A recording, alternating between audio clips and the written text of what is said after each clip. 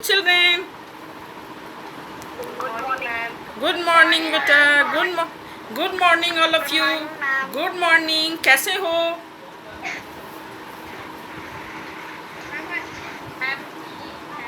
ठीक हो? स्वस्थ हो? हेल्दी हो? Yes. ठीक. Yes, ma'am. हाँ, कल कैसा रहा तुम लोग का exam? Sunday online test ma'am अच्छा रहा. अच्छा रहा. मैम बहुत अच्छा. बहुत अच्छा, बहुत अच्छी बात है. मन से पढ़ो और सभी बच्चों को संडे ऑनलाइन टेस्ट में प्रेजेंट होना है बेटा, एब्सेंट नहीं होना है. ठीक है? सबको, सारे बच्चे को. चलो अब स्टार्ट करते हैं. आज हम लोग संस्कृत सुरभि पढ़ेंगे और संस्कृत सुरभि में chapter 3. So all of you take out your Sanskrit Surabhi book and turn chapter 3. Page number कितना है? Page number 21. All of you see page number 21. Page number 21 निकालिए बेटा. निकाल लिए? ठीक है, चलिए. उपकार का वृक्षा. चैप्टर 3 का शीर्षक है उपकार का वृक्षा. उपकार का मीन्स उपकारी वृक्ष. वृक्ष जो हैं हमारे लिए बहुत ही उपकारी हैं. वृक्ष का हमारे जीवन में महत्वपूर्ण स्थान है. आप जानते हैं कि अच्छा एक बात बताइए आप लोग कि हम लोग जो सांस लेते हैं तो क्या लेते हैं और क्या छोड़ते हैं? ऑक्सीजन लेते हैं कि कार्बन डाइऑक्साइड लेते हैं? ऑक्सीजन लेते हैं, कार्बन डाइऑक्साइड छोड़ते हैं मैम. Very good. और वृक्ष क्या करते हैं? मैम ऑक्सीजन छोड़ते हैं और कार्बन डाइऑक्साइड लेते हैं. मैम रात को समय वो कार्बन डाइऑक्साइड लेता है मैम और carbon dioxide. Very good, well done. तो हमें वृक्ष, जो हम सांस लेते हैं, ऑक्सीजन लेते हैं, तो हमें वृक्ष से ही मिलता है ना. हम लोग ऑक्सीजन लेते हैं और कार्बन डाइऑक्साइड छोड़ते हैं, और वृक्ष कार्बन डाइऑक्साइड लेते हैं और ऑक्सीजन छोड़ते हैं. तो वृक्ष हमारे जीवन है. वृक्ष हमारे जीवन के लिए बहुत ही उपकारी है. पर्यावरण को शुद्ध रखते हैं, वातावरण को शुद्ध रखते हैं. शुद्ध वायु, स्वच्छ हवा, ये सब हमें वृक्ष से प्राप्त होती हैं. वृक्ष से हमें बहुत सारी चीज़ें प्राप्त होती है. स्वच्छ वायु, स्वच्छ हवा, स्वच्छ वातावरण, फल, फूल, पत्ते, लकड़ी, छाया, बहुत सारी चीज़ें हमें वृक्ष से प्राप्त होती हैं. इसीलिए वृक्ष हमारे लिए बहुत ही उपकारी हैं. हाँ, चलिए अब हम लोग स्टार्ट करते हैं. वृक्षा अस्माकं जीवनस् आधारा सन्ति. वृक्ष हमारे जीवन के आधार हैं. एते भूमि उद्भवन्ति. यह भूमि में उत्पन्न होते हैं. एते भूमि उद्भवन्ति, है ना. भूमि इति पदे का विभक्ति बेटा? अभी तुरंत में हम लोगों ने पढ़ा ना, ऊपर विभक्ति तो हम लोगों ने पढ़ा है अभी. तो भूमि कौन सी विभक्ति है? सप्तमी. एते भूमे उद्भवन्ति. एतेषां मूलानि पृथिव्यां दूरं दूरं ततानि भवन्ति. इनके जो मूलानि, मूल मीन्स जड़, इनकी जो जड़ें होती हैं पृथ्वी में दूर दूर तक फैली हुई रहती हैं. मूलानाम उपरिष्टात् वृक्षस्य प्रकांडः भवति. प्रकांड मीन्स तना. बोल रहा है कि मूलानाम, मूल के जड़ के ऊपर वृक्ष के तना होते हैं. प्रकांड मीन्स तना. तो जड़ के ऊपर वृक्ष के तना होते हैं. प्रकांडात् शाखा उद्भवन्ति. और तना पर शाखा निकलती हैं. शाखाभ्यः प्रशाखा संभवन्ति. और शाखा से फिर प्रशाखा निकलती है. देखते हो ना, वृक्ष में नीचे, सबसे नीचे जड़ होता है जमीन के अंदर, उसके ऊपर जो तना होती है, तना से फिर ब्रांचेज जिसको बोलते हो, शाखा निकलती है ना. और फिर शाखा से फिर छोटी छोटी प्रशाखा मतलब टहनियाँ निकलती हैं. तो वही बोल रहा है कि जड़ के ऊपर वृक्ष के तना होते हैं, तना पे शाखा होते हैं, और फिर शाखा से प्रशाखा निकलती है. एतासु प्रशाखासु एव पत्राणि पुष्पाणि फलानि च भवन्ति। तो इन प्रशाखा पर ही, इन जो छोटी छोटी टहनियाँ ब्रांचेज होते हैं, उन पे ही फल, फूल और पत्ते निकलते हैं। बेटा एतासु प्रशाखासु एव, एव क्या है? बोलिए। अव्यय है। Very good, well done. एव अव्यय है। एव का क्या अर्थ होता है? ही। तो ये प्रशाखासु एव, प्रशाखा पर ही पत्र, पुष्प और फल होते हैं। वृक्षा अपि अस्मान इव भुक्त्वा पीत्वा च जीवन्ति। वृक्ष अपि, अपि क्या है? अस्मिन् वाक्ये अव्यय पदम किम? वृक्षापि अस्मानि भुक्त्वा पीत्वा च जीवन्ति। इसमें अव्यय पद कौन सब हैं? बताइए, बताइए बेटा, अव्यय पद कौन कौन है? अपि क्या है? अपि वेरी गुड। और च भी अव्यय, ठीक है। तो वृक्ष भी हमारे समान है ना, भुक्त्वा पीत्वा च, खाकर और पीकर जीते हैं। मूलानि वृक्षाणां पादाः भवन्ति। जो पादा मीन्स क्या होता है बेटा? पैर। जो जड़ होते हैं वो वृक्ष के पैर होते हैं, है ना। तो मूलानी, जड़ जो होते हैं, वृक्षों के पैर होते हैं। एते पादः पिबन्ति। और वृक्ष जो है जल किस चीज से पीता है? जड़ से।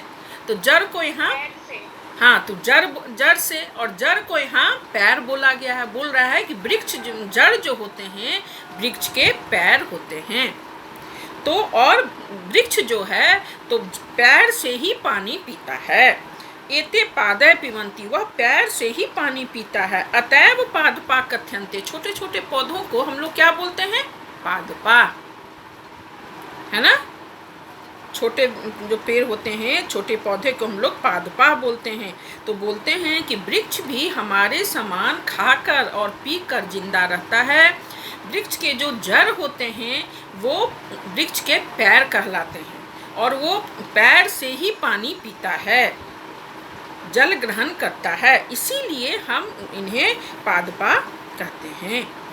मूलानि भूमे रसं गृहीत्वा अन्येभ्यः अवयेभ्यः यच्छन्ति। जड़ जो है भूमि से रस ग्रहण कर, जल ग्रहण कर, गृहीत्वा, गृहीत्वा मीन्स लेकर, गृह जोड़ अक्त्वा, गृहीत्वा, गृहीत्वा माने लेकर, अन्येभ्यः अवयवेभ्यः माने दूसरे अंगों को देते हैं।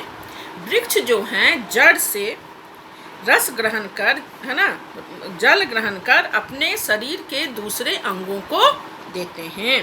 एन एते वृक्षा फलन्ति। और इस प्रकार वृक्ष फलते फूलते हैं। वृक्षा अपि मनुष्या इव सुखानि दुखानि च अनुभवन्ति। वृक्ष भी मनुष्य के समान सुख और दुख के अनुभव करते हैं। वृक्ष भी मनुष्य के समान सुख और दुख के अनुभव करते हैं। एतेषु अपि प्राणा भवन्ति। वृक्षों में भी प्राण होते हैं। वृक्षों में भी प्राण होते हैं। वृक्ष में भी प्राण होते हैं। वृक्ष में भी जान होता है। उन्हें भी सुख दुख की अनुभूति होती है। वृक्ष भी हमारे समान खाकर और पीकर जिंदा रहते हैं। अतएव एते प्राणिनः इव जायन्ते वर्धन्ते म्रियन्ते च। इसीलिए वृक्ष भी प्राणी के समान जन्म लेते हैं, बढ़ते हैं और मर जाते हैं। परंतु एते अचरा सन्ति।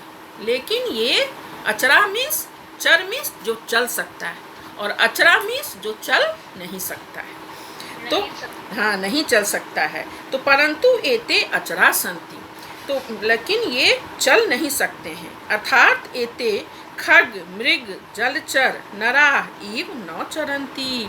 अर्थात ये पेड़ जो होते हैं ये पक्षी, जानवर, जलचर जलीय जीव जो होता है, जो और फिर थल पे चढ़ने वाले जो जीव होते हैं, पक्षी होते हैं, मनुष्य के समान चल नहीं सकता है। यहाँ बोल रहा है कि वृक्ष भी, हम देखो वृक्ष में भी प्राण होते हैं, उन्हें भी सुख, और वृक्ष को भी सुख और दुख की अनुभूति होती है। इसलिए बोलते हैं ना, वृक्ष को मत तोड़ो, पत्ते मत तोड़ो, वृक्ष दुखी हो जाते हैं, उन्हें भी तकलीफ होती है। जिस तरह तुम्हारे शरीर में चोट लगता है तो तुम्हें कष्ट होता है, उसी प्रकार वृक्ष को भी काटने से वृक्ष को भी तकलीफ होती है। वृक्ष में भी जान होते हैं, है ना, वे भी खाक, जैसे हम लोग खाकर और पीकर जीवित रहते हैं, उसी प्रकार वृक्ष भी खाकर और पीकर, हाँ, वृक्ष भी हमारे समान खाकर पीकर जीवित रहते हैं, उन्हें भी सुख और दुख की अनुभूति होती है। मनुष्य के समान वृक्ष को भी सुख और दुख की अनुभूति होती है। इसी तरह से हम लोग भी जन्म लेते हैं, बढ़ते हैं और फिर मर जाते हैं, उसी प्रकार वृक्ष भी जायन्ते वर्धन्ते म्रियन्ते च, अर्थात जन्म लेते हैं, बढ़ते हैं और मर जाते हैं, और इनमें भी प्राण होते हैं, इन्हें भी सुख और दुख की अनुभूति होती है। सुख और दुख, है ना, लेकिन सिर्फ एक फर्क है इनमें, ये चल नहीं पाते हैं। वृक्ष अचरा होते हैं, वृक्ष चल नहीं पाते हैं। जैसे जीव जंतु, पक्षी, मनुष्य चल पाते हैं, लेकिन वृक्ष चल नहीं पाते हैं। लेकिन वृक्ष में भी प्राण होते हैं, ये भी सुख और दुख की अनुभूति करते हैं, ये भी जन्म लेते हैं, बढ़ते हैं और मर जाते हैं, ये भी हमारे समान खाकर और पीकर जीवित रहते हैं। ठीक है, अब देखो बेटा नीचे, वृक्षानाम बहवः भेदा सन्ति, वृक्ष के अनेक भेद होते हैं। वृक्ष जो है अनेक प्रकार के वृक्ष होते हैं ना। हाँ, एतेषु केचित् फल वृक्षा सन्ति, इनमें से कुछ फल वृक्ष होते हैं। सभी वृक्ष में फल लगते हैं, बोलो, सभी वृक्ष में नहीं लगते हैं। हाँ, नहीं लगते हैं, सभी वृक्ष में फल नहीं लगते हैं। अन्य च पुष्प वृक्षा भवन्ति, इसी प्रकार कुछ वृक्ष फूल पुष्प वृक्ष होते हैं, फूल देने वाले वृक्ष होते हैं। हम लोग देखते हैं ना कि कुछ वृक्ष में सिर्फ फूल के पौधे होते हैं ना, हैं?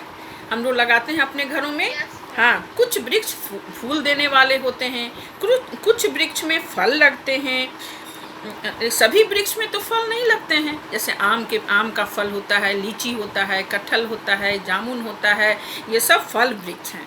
और गुड़हल है ना, गेंदा है, गुलाब है, कनेल है, ये सब क्या है, फूल के वृक्ष हैं। तो इस प्रकार कुछ फल के वृक्ष के अनेक प्रकार होते हैं, कुछ फल वृक्ष होते हैं, कुछ पुष्प वृक्ष होते हैं, और कुछ वृक्षों की सिर्फ लकड़ियाँ काम में आती हैं। उसी प्रकार उसके बाद है वृक्षा पर्यावरणम संतुलितम कुर्वन्ति, वृक्ष जो हैं पर्यावरण को संतुलित करते हैं। एते वर्षाए अपि सहायका भवन्ति, वृक्ष जो हैं बारिश होने में भी सहायक होते हैं। वृक्ष जो हैं बारिश होने में भी सहायता प्रदान करते हैं, पर्यावरण को संतुलित करने में सहायक होते हैं। एते वातावरणम स्वच्छम कुर्वन्ति, वृक्ष जो हैं वातावरण को स्वच्छ करते हैं, स्वच्छ वायु प्रदान करते हैं, स्वच्छ वातावरण प्रदान करते हैं, वातावरण को स्वच्छ करते हैं। और पर्यावरण मीन्स क्या होता है बेटा, पर्यावरण का भी अर्थ होता है वातावरण। पर्यावरण वातावरण को भी संतुलित करते हैं, ये वर्षा में भी, बारिश होने में भी सहायता करते हैं। वृक्षा पर्यावरणे प्रसृतान् प्रदूषित वायुवान् गृहीत्वा श्वसन क्रियाए अस्मभ्यं प्राणवायुं यच्छन्ति। क्या बोलता है, वृक्ष जो है पर्यावरण से दूषित वायु को ग्रहण कर, कार्बन डाइऑक्साइड लेता है ना, वो दूषित वायु को ग्रहण कर हमें श्वसन क्रिया के लिए, सांस लेने के लिए हमें प्राणवायु यच्छन्ति, हमें क्या प्रदान करता है, वृक्ष हमें क्या देता है, ऑक्सीजन। जो ऑक्सीजन हमारे लिए प्राणवायु है, जीवन रक्षक है। अभी के समय में बेटा, अभी जो ये कोरोना की बीमारी चली हुई है, जिन्हें ज़्यादा प्रॉब्लम हो जाता है, तो क्या होता है, ऑक्सीजन की कमी हो जा रही है ना, तो उन्हें ऑक्सीजन का सिलेंडर लगा के उन्हें प्राण रक्षा उनकी की जा रही है, उनका जीवन बचाया जा रहा है। तो वृक्ष जो हैं हमारे प्राण रक्षक होते हैं, ये वातावरण से प्रदूषित वायु ग्रहण कर, कार्बन डाइऑक्साइड ग्रहण कर हमें ऑक्सीजन प्रदान करते हैं। इसलिए पहले क्या था, ज़्यादा वृक्ष, पेड़ पौधे, हरे भरी हरियाली थी तो हमें ऑक्सीजन ज़्यादा मिलता था। अब अभी भी देखो बेटा, गांव में चले जाओगे तो हरियाली ज़्यादा है, पेड़ पौधे वृक्ष ज़्यादा हैं, तो वहाँ का वातावरण जो है, हाँ, वहाँ का वातावरण स्वच्छ है, शुद्ध वातावरण है। वहाँ ऑक्सीजन लोगों को ज़्यादा मिलती है क्योंकि हरियाली है, फैक्ट्री नहीं है, यंत्रालयानाम माने जो फैक्ट्री होती है ना, तो वहाँ से रासायनिक पदार्थ निकलते हैं, धुएं निकलते हैं, गांव में गाड़ियाँ कम चलती हैं, तो गांव का वातावरण जो होता है शुद्ध होता है और प्रदूषित रहित होता है, और शहर का जो वातावरण होता है प्रदूषित होता है। क्यों? क्योंकि यहाँ देखो इतनी सारी बड़ी बड़ी बिल्डिंगें बन गई हैं, पेड़ पौधे काट दिए गए हैं, वृक्ष नहीं है, गाड़ी चलती है, गाड़ी से धुआं निकलता है, फैक्ट्रीज है, फैक्ट्री से धुआं निकलता है, सिर्फ बिल्डिंग पे बिल्डिंग है, स्वच्छ वायु लोगों को नहीं मिल पा रहा है। इसलिए शहर में ऑक्सीजन की कमी है। गांव में हरियाली है, हरे भरे पेड़ हैं, वृक्ष हैं, तो वहाँ ऑक्सीजन ज़्यादा प्राप्त होता है, तो हमें प्राण वायु प्रदान करता है। वृक्ष जो है हमें प्रदूषित वायु को अपने अंदर लेकर हमारे लिए शुद्ध वायु ऑक्सीजन प्रदान करता है, जो हमारे लिए प्राण रक्षक है जी, है ना। देखो फिर, वृक्षा पत्र पुष्प फल छाया वल्कल काष्ठ च सदैव प्राणिनाम उपकारम कुर्वन्ति। अर्थात बोलते हैं वृक्ष जो हैं पत्र माने पत्तों से, पुष्प फूलों से, फलों से, छाया से, वल्कल बोलते हैं पेड़ के छाल को, उनका भी बहुत उसका, हाँ, पेड़ में जो बहुत से पेड़ में छाल होते हैं तो उसी को वल्कल बोला जाता है। वल्कल जैसे शिव के लिए बोलते हैं ना कि वल्कल वस्त्र धारण करते हैं, वो छाल धारण करते हैं, तो पेड़ पर जो छाल होते हैं। काष्ठ मीन्स लकड़ियाँ। इन सब चीज़ों से वृक्ष जो हैं प्राणियों का सदा उपकार करते हैं। हमें फल कहाँ से मिलते हैं? वृक्ष से। फूल कहाँ से मिलती हैं? वृक्ष से। लकड़ियाँ कहाँ से, हाँ, लकड़ियाँ कहाँ से मिलती हैं? वृक्ष से। वृक्ष से हमें छाया, देखो जो बड़े पेड़ होते हैं उनके नीचे बैठ जाओ तो छाया भी मिलते हैं, उन्हें धूप से भी हमें बचाती हैं, लकड़ियों से भी सहायता करती हैं।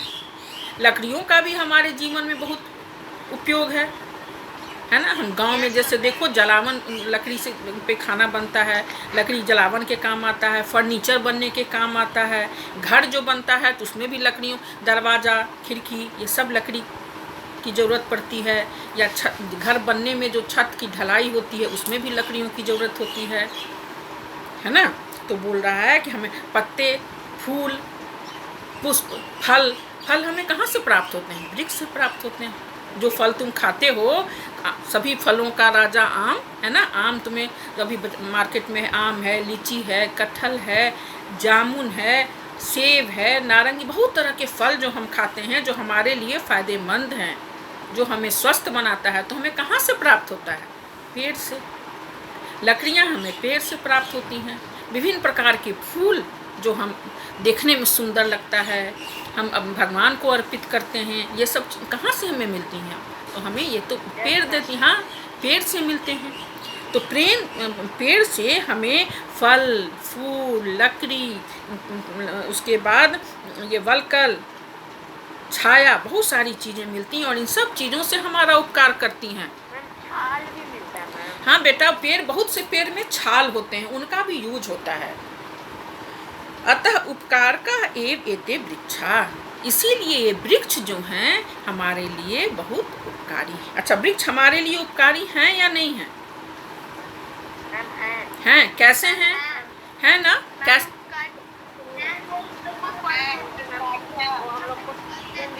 अच्छा, एक मिनट, मयंक राज बोलिए तो बेटा, मयंक राज बोलिए, क्या क्या उपकार करते हैं?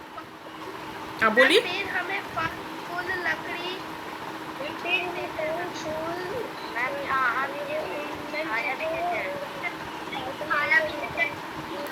हाँ, एक मिनट, पेड़ हमें फल फूल लकड़ी छाया और शुद्ध वायु शुद्ध वातावरण, मैम फल फूल भी देते हैं मैम। हाँ, और वर्षा में भी सहायक होती है। हाँ हाँ, एते एते विना अस्माकं जीवनम असंभवम अस्ति, इसके बिना हमारा जीवन असंभव है। एतेषां रक्षणे एव अस्माकं जीवनस्य रक्षणम, इनकी रक्षा में ही हमारे जीवन की रक्षा है। इसलिए बोलता है ना, पेड़ को नहीं काटना चाहिए। पेड़ जो आजकल कटते जा रहे हैं, पेड़ की कमी हो गई है तो पर्यावरण दूषित होता जा रहा है, शुद्ध वायु हमें नहीं मिलती है, हमें ऑक्सीजन की कमी हो गई है। तो इनकी रक्षा में ही हमारी भलाई है, हमारी रक्षा है। अतएव कथ्यते, इसीलिए कहा गया है, रक्षणीया एते उपकार का वृक्षा, इसलिए कहा गया है इन उपकारी वृक्षों की रक्षा करनी चाहिए। हाँ, इन उपकारी वृक्षों की रक्षा करनी चाहिए। एक मिनट बेटा, एतेषाम रक्षणे एव, एव क्या है? मैं आप लोग को अव्यय भी पढ़ाऊंगी, अव्यय है। और एव का अर्थ क्या होता है? एव का अर्थ क्या अर्थ होता है? ही। हाँ, अच्छा, जीव, हाँ, जीवनस्य इति पदे का विभक्ति? जीवनस्य। अभी हम लोगों ने कारक और विभक्ति पढ़ी है ना, तो जीवनस्य कौन सी विभक्ति है बेटा इसमें? देवस्य। देवः देवो देवा, देवम देवो देवान, देवेन देवाभ्याम देवै, देवाय देवाभ्याम देवेभ्य, देवाद देवाभ्याम देवेभ्य, देवस्य देव्यो देवानाम। कौन सी विभक्ति हुई? षष्ठी। आप लोग बेटा शब्द रूप याद कीजिए। जीवनस्य, देवस्य, बालकस्य, ये षष्ठी विभक्ति एक वचन है। इनकी रक्षा में ही हमारे जीवन की रक्षा है। अतएव कथ्यते रक्षणीया एते उपकार का वृक्षा, इसलिए कहा गया है इन उपकारी वृक्षों की रक्षा करनी चाहिए। आइए बेटा, अब हम इसके शब्दार्थ को, इनमें जो कठिन शब्दार्थ हैं उनको देखें। ततानी, ततानी का क्या अर्थ होता है? फैले हुए।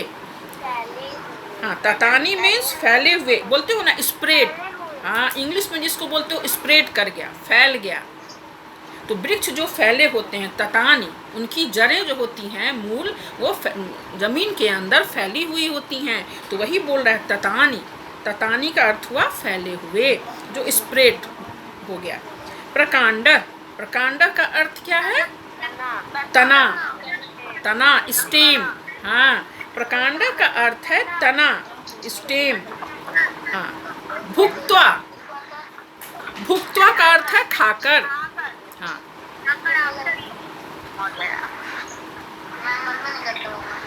भुक्त्वा का अर्थ बेटा, अपना माइक बंद कर लीजिए, आवाज आ रही है।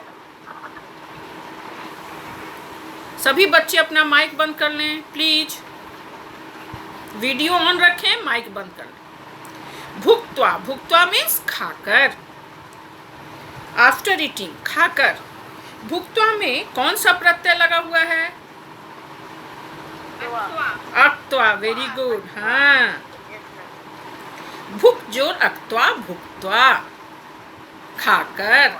जैसे खादित्वा का भी अर्थ होता है खाकर, खाद जोर अक्त्वा, खादित्वा, खाकर। यहाँ पे दिया हुआ है भुक जोर अक्त्वा, भुक्त्वा, तो खाकर, इसका भी अर्थ हुआ खाकर। आफ्टर ईटिंग, अक्त्वा प्रत्यय क्या था? पूर्वकालिक क्रिया था, है ना। अब देखो, अवयवेभ्य, अवयवेभ्य मीन्स अंगों के लिए, अंगों के लिए, फॉर पार्ट्स, अपने, हाँ, अपने वृक्ष, अपने जो जड़ हैं वृक्ष के अनदर पार्ट्स, पार्ट्स हुआ, बॉडी पार्ट्स होता है ना, अंग, वही हुआ, अंगों के लिए, फॉर पार्ट्स। अवयवेभ्य, फॉर पार्ट्स। जायन्ते, जायन्ते का क्या अर्थ होता है बेटा? जन्म लेते हैं, जन्म लेते हैं, उत्पन्न होते हैं, वेरी गुड। हाँ, टेक बर्थ, जायन्ते। हाँ, वर्धन्ते, वर्धन्ते का क्या अर्थ होता है?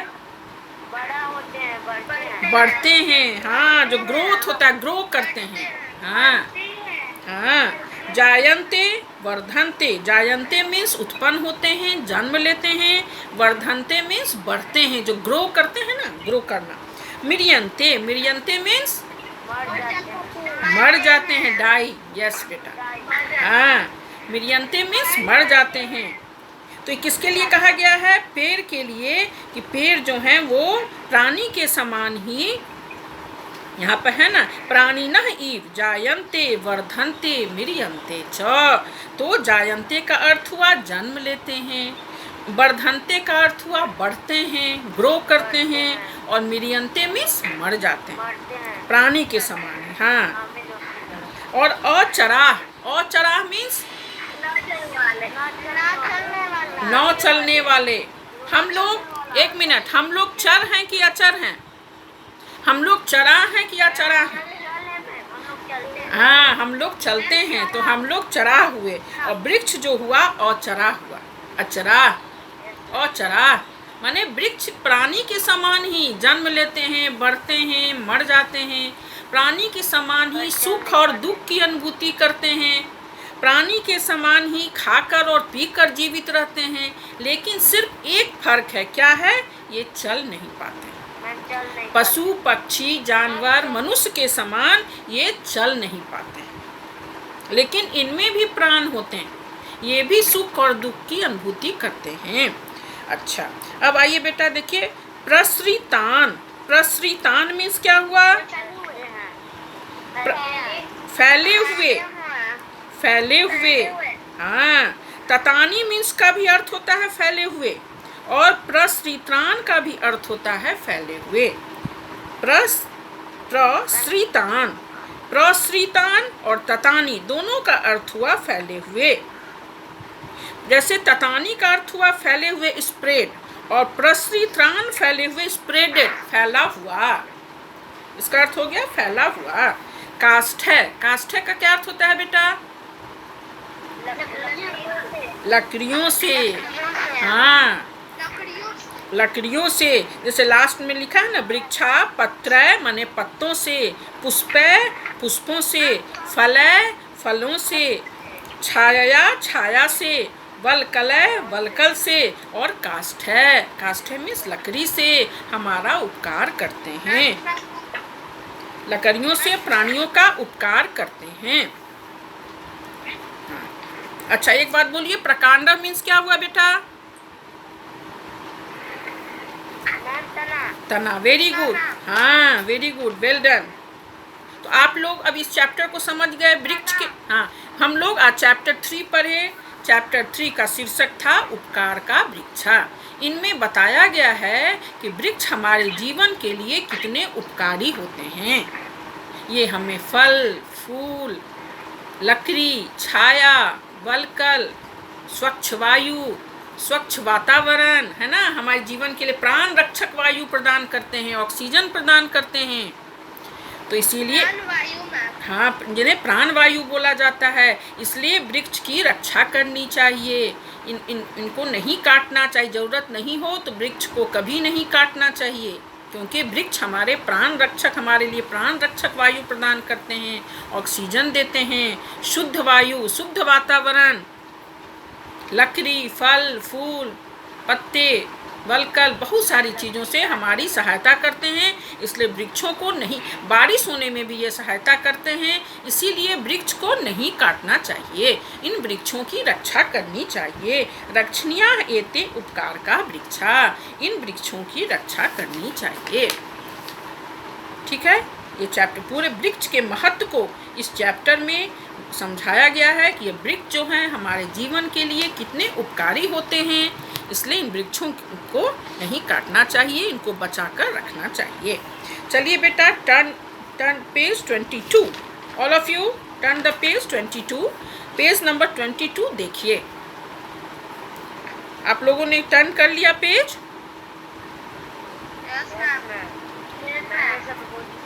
ठीक है बेटा। अभ्यास, अब अभ्यास में चलिए आज कम से कम हम लोग एक पहला अभ्यास कर लेते हैं। देखिए पहला क्या है, एतानि वाक्यानि शुद्धानि अशुद्धानि वा इति पाठं पठित्वा वदन्तु लिखन्तु च। बोल रहा है इन वाक्यों में शुद्ध और अशुद्ध लिखना है, जो कि इस पाठ को पढ़ने के बाद आप इस वाक्य को पढ़ेंगे तो आप तो समझ जाएंगे ये सही है या ये गलत है, ये शुद्ध है या हाँ अशुद्ध है। तो बोल रहा है एतानि वाक्यानि शुद्धानि अशुद्धानि वा इति पाठम पठित्वा वदन्तु लिखन्तु च। इन पाठों को पढ़कर शुद्ध अथवा अशुद्ध लिखें। तो देखिए पहला है वृक्षा अस्माकं जीवनस्य आधारा सन्ति। शुद्ध है और अशुद्ध? शुद्धम, वेरी गुड। हाँ, अब दूसरा, हाँ बेटा, दूसरा है वृक्षा भूमि उद्भवन्ति। शुद्धम, वृक्ष भूमि में ही उत्पन्न होते हैं। हाँ, वेरी गुड। तीसरा नंबर है वृक्षा अपि भोजनम कुर्वन्ति। वृक्ष भी भोजन करते हैं। शुद्धम, हाँ, वृक्ष भोजन करते हैं ना। हाँ, उसके बाद है सर्वे वृक्षा फलानि इच्छन्ति। सभी वृक्ष फल देते हैं। अशुद्धम, हाँ, सभी वृक्ष फल नहीं देते हैं। कुछ वृक्ष फल के होते हैं, कुछ फूल के होते हैं, अलग अलग वृक्ष होते हैं, तो सभी वृक्ष फल नहीं देते हैं। तो ये हो गया अशुद्धम। उसके बाद वृक्षा अपि जायन्ते वर्धन्ते म्रियन्ते च। वृक्ष भी हमारे समान जन्म लेते हैं, बढ़ते हैं और मर जाते हैं। शुद्धम और अशुद्धम? शुद्धम, वेरी गुड। लास्ट है वृक्षा अस्माभिः रक्षणीया भवन्ति। शुद्धम, रक्षा करनी चाहिए ना, हम लोगों को इस रक्षा करनी चाहिए कि नहीं करनी चाहिए? करनी चाहिए। तो शुद्धम। हाँ, तो हम लोगों ने अभ्यास में पहला क्वेश्चन देखा शुद्धम और अशुद्धम। तो पहला का आंसर हुआ शुद्धम, दूसरे का भी शुद्धम, थर्ड का भी शुद्धम, चौथे का अशुद्धम, हाँ, पांचवें का शुद्धम और छठे का शुद्धम। ठीक है बेटा, आज के लिए बस इतना ही। नेक्स्ट क्लास में हम लोग आगे का अभ्यास देखेंगे। और बेटा आप लोग 1 मिनट ये चैप्टर पढ़ के, ऑल ऑफ यू लिसन, ये चैप्टर पढ़ के इसके अर्थ और शब्दार्थ हमको लिखकर व्हाट्सएप पर भेजिए। सभी बच्चे, मैं देखना चाहती हूँ आप कैसे लिखते हैं। जो यदि गलतियाँ होंगी तो मैं उसमें सुधार करूँगी। आप चैप्टर नंबर 3 आप कॉपी में लिखेंगे अर्थ और शब्दार्थ, और मुझे सेंड कर देंगे। ओके, ठीक है बेटा। ओके।